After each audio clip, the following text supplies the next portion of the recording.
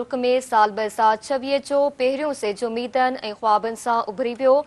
तल्ख़ ऐं ख़ुशगवार यादनि सां भरपूर 2025 माज़ीअ जे बरक़नि में दम थी वियो। नए साल जी शुरूआत दुआउनि रब जी रहमत ऐं बहितर मुस्तक़बिल जी उम्मीदनि सां थी आहे। कराची में नए साल जो पहिरियों सिज 7:17 ते रोशनी विखेरी। शहरनि जो वॾो अंगु सी वियो ऐं ॿियनि तफ़रीही माॻनि ते पहुतो। सिज उभरण जा मंज़र कैमरा में क़ैद कया। अवां खे ॿुधायूं पिया मुल्क में साल 2026 जो पहिरियों सिज उम्मीदनि ऐं ख्वाबनि सां उभरी वियो। तल्ख़ ऐं ख़ुशगवार यादुनि सां भरपूर 2025 माज़ीअ जी बरक़नि में दम थी वियो। नए साल जी शुरूआत दुआउनि रब जी रहमत ऐं बहितर मुस्तक़बिल जी उम्मीदनि सां थी आहे। कराची में नए साल जो पहिरियों सिज 7:17 ते रोशनी बिखेरी। शहरनि जो वॾो अंगु सी वियो ऐं ॿियनि तफ़रीही माॻनि ते पहुतो। सिज उभरण जा मंज़र कैमरा में क़ैद कया विया।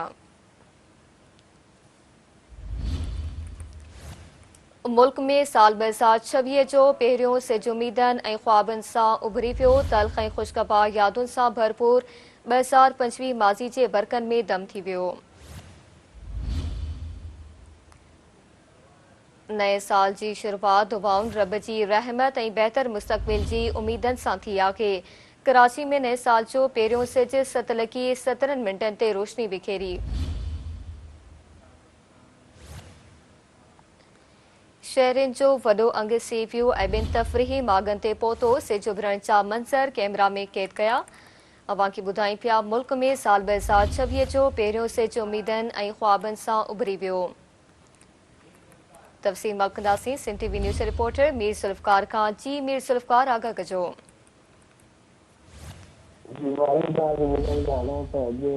साल 2026 जो नओं सिज जेको आहे अॼु ख़ुशि न उम्मीदनि सां उभरी आयो आहे ऐं राति जेको आहे 2025 जो साल जेको आख़िरी सिज उहो लही वियो ऐं अॼु जेको आहे नए साल जी ख़ुशी में राति 12 बजे खां वठी माण्हुनि जेको आहे पंहिंजो जश्न मल्हायो आहे ऐं तारीफ़ूं कयूं, ख़ुशियूं कयूं, नाच गाना कया ऐं अॼु इन उम्मीदनि ऐं दुआउनि सां त हीउ नओं साल असांजे लाइ ख़ुशियूं खणी ईंदो ऐं मुल्क जी ख़ुशहाली ऐं पंहिंजी ख़ुशहाली लाइ माण्हुनि दुआऊं घुरियूं आहिनि। जी महिरबानी अवां जी मीर सुल्फ़कार आगाह करण लाइ।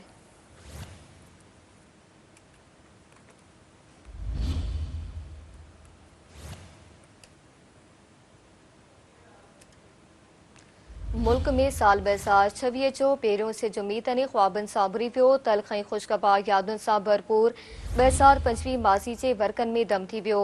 नए साल जी शुरूआत दुआउनि रब जी रहमत ऐं बहितर मुस्तक़बिल जी उम्मीदनि सां थी आहे। कराची में नए साल जो पहिरियों सिज 7:17 ते रोशनी बिखेरी। शहरनि जो वॾो अंगु सी वियो ऐं ॿियनि तफ़रीही माॻनि ते पहुतो। सिज उभरण जा मंज़र कैमरा में क़ैद कया विया।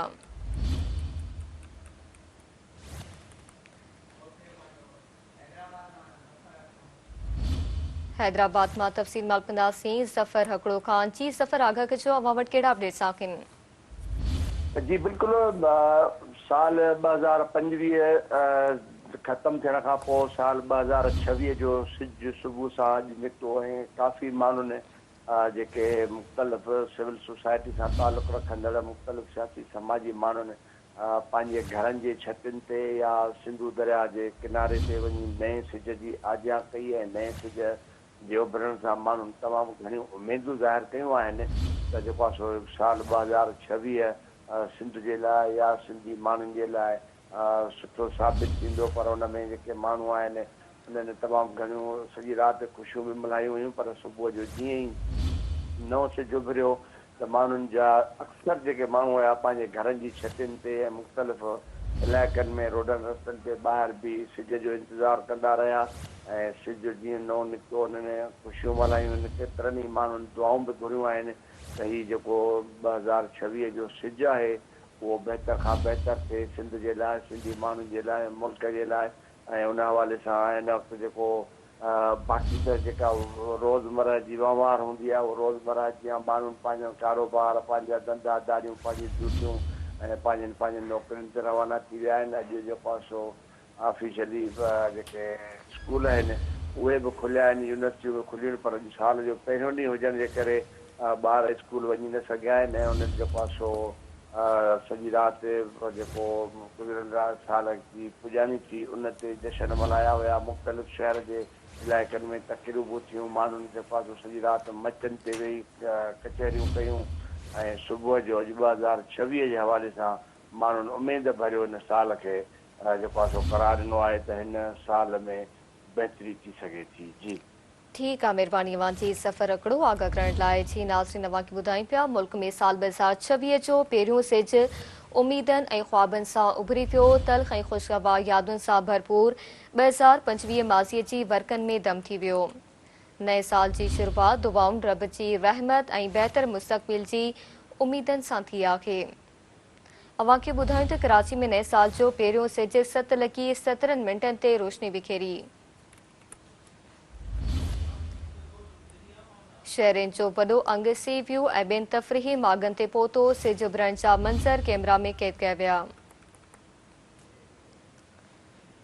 मुल्क में साल 2026 जो पहिरियों सिज उमीदनि ऐं ख्वाबनि सां उभरी वियो। हैदराबाद, मीरपुर ख़ास, सखर, लाड़कानी ऐं शहीद बेनज़ीराबाद में बि नए साल जो सिज उभरी पियो। अवां खे ॿुधायूं पिया मुल्क में साल 2026 जो पहिरियों सिज उमीदनि ऐं ख्वाबनि सां उभरियो आहे। तल्ख़ ऐं ख़ुशगवार यादुनि सां भरपूर 2025 माज़ीअ जे वर्कनि में दम थी वियो। नए साल जी शुरूआत दुआउनि रब जी रहमत ऐं बहितर मुस्तक़बिल जी उमीदनि सां थी आहे। कराची में नए साल जो पहिरियों सिज 7:17 ते रोशनी बिखेरी। शहरनि जो वॾो अंग सी व्यू ऐं ॿियनि तफ़रीही मार्गनि ते पहुतो। सिज उभरण जा मंज़र कैमरा में क़ैद कया विया। हैदराबाद, मीरपुर ख़ास, सखर, लाड़कानी ऐं शहीद बेनज़ीराबाद में बि नए साल जो सिज उभरी वियो। मुल्क में साल 2026 जो पहिरियों सिज उमीदनि ऐं ख्वाबनि सां उभरी पियो। तल्ख़ ऐं ख़ुशगवार यादुनि सां भरपूर 2025 माज़ी जे वर्कनि में दम थी वियो। सखर मां तफ़सील मालूम कंदासीं निज़ाकत जतोई खां। जी निज़ाकत, तव्हां वटि कहिड़ा अपडेट्स आहिनि? जी, साल 2025 जे पुॼाणीअ खां पोइ अॼु जेको आहे साल 2026 जो नओं सिज उभरियो आहे ऐं नए सिज खां पोइ ज़िंदगीअ जी जेका सखर में रवानी आहे उहा शुरू थी चुकी आहे ऐं सखर में जेको सिज आहे उहो उभरी चुको आहे ऐं गुज़िरियल ॾींहुं थोरे जो बरसाति थी हुई सखर में ऐं अॼु बि उहो साॻियो ई गटरनि जो गंदो पाणी रोडनि ते नज़र अची रहियो आहे। उन बावजूदि जेको साल 2026 आहे उहो शुरू थी चुको आहे ऐं गुज़िरियल राति सखर में मुख़्तलिफ़ जेके इवेंट्स हुया नए साल खे वेलकम करण या नए साल खे भलीकार चवण जे लाइ उहे पिणु थिया। पर अॼु जेको आहे साल 2026 में बि सखर शहर जी जेका क़िस्मत आहे उहा तब्दील थींदे नज़र न पई अचे।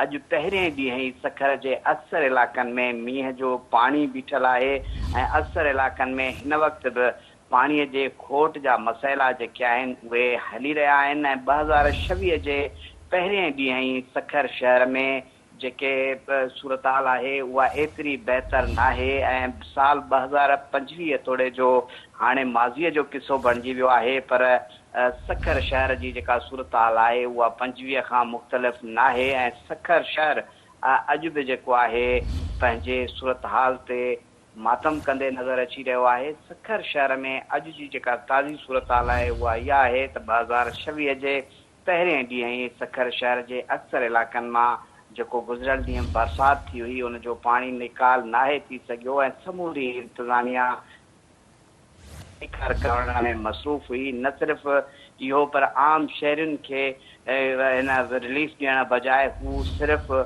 ॻाइण वॼाइण में मसरूफ़ रहिया ऐं अॼु बि जेको आहे नए साल में सखर शहर जूं जेके घिटियूं आहिनि उहे पाणीअ हेठि आहिनि। जी ठीकु आहे, महिरबानी अवां जी नज़ाकत आगाह करण लाइ। जी नाज़रीन, अवां खे ॿुधायूं पिया मुल्क में साल 2026 जो पहिरियों सिज उमीदनि ऐं ख्वाबनि सां उभरियो आहे। तल्ख़ ऐं ख़ुशगवार यादुनि सां भरपूर 2025 माज़ी जी बरकनि में दम थी वियो। नए साल जी शुरूआत दुआउनि रब जी रहमत ऐं बहितर मुस्तक़बिल जी उमीदनि सां थी आहे। कराची में नए साल जो पहिरियों सिज 7:17 ते रोशनी बिखेरी। शहरनि जो वॾो अंग सी व्यू ऐं ॿियनि तफ़रीही मार्गनि ते पहुतो। सिज उभरण जा मंज़र कैमरा में क़ैद कया विया। मुल्क में साल 2026 जो पहिरियों सिज उमीदनि ऐं ख्वाबनि सां उभरियो आहे। तल्ख़ ऐं ख़ुशगवार यादुनि सां भरपूर 2025 माज़ीअ जी वर्कनि में दम थी वियो। नए साल जी शुरूआत दुआउनि रब जी रहमत ऐं बहितर मुस्तक़बिल जी उमीदनि सां थी आहे। कराची में नए साल जो पहिरियों सिज 7:17 ते रोशनी बिखेरी। हैदराबाद, मीरपुर ख़ास, लाड़काणे ऐं शहीद बेनज़ीराबाद में बि नए साल जो सिज उभरियो। शहरनि जो वॾो अंग सीबियो ऐं ॿियनि तफ़रीही मागनि ते पहुतो आहे। सिज उभरण जा मंज़र कैमरा में क़ैद कया पिया। मुल्क में साल 2026 जो पहिरियों सिज उमीदनि ऐं ख्वाबनि सां उभरी वियो। तल्ख़ ऐं ख़ुशगवार यादुनि सां भरपूर 2025 माज़ीअ जी वर्कनि में दम थी वियो।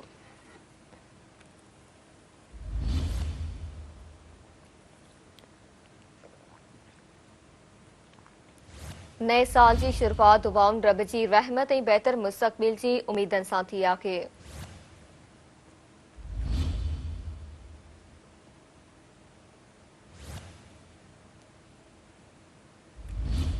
शहरनि जो वॾो अंग सी पियो ऐं ॿियनि तफ़रीही मागनि ते पहुतो। सिज उभरण जा मंज़र कैमरा में क़ैद कया विया।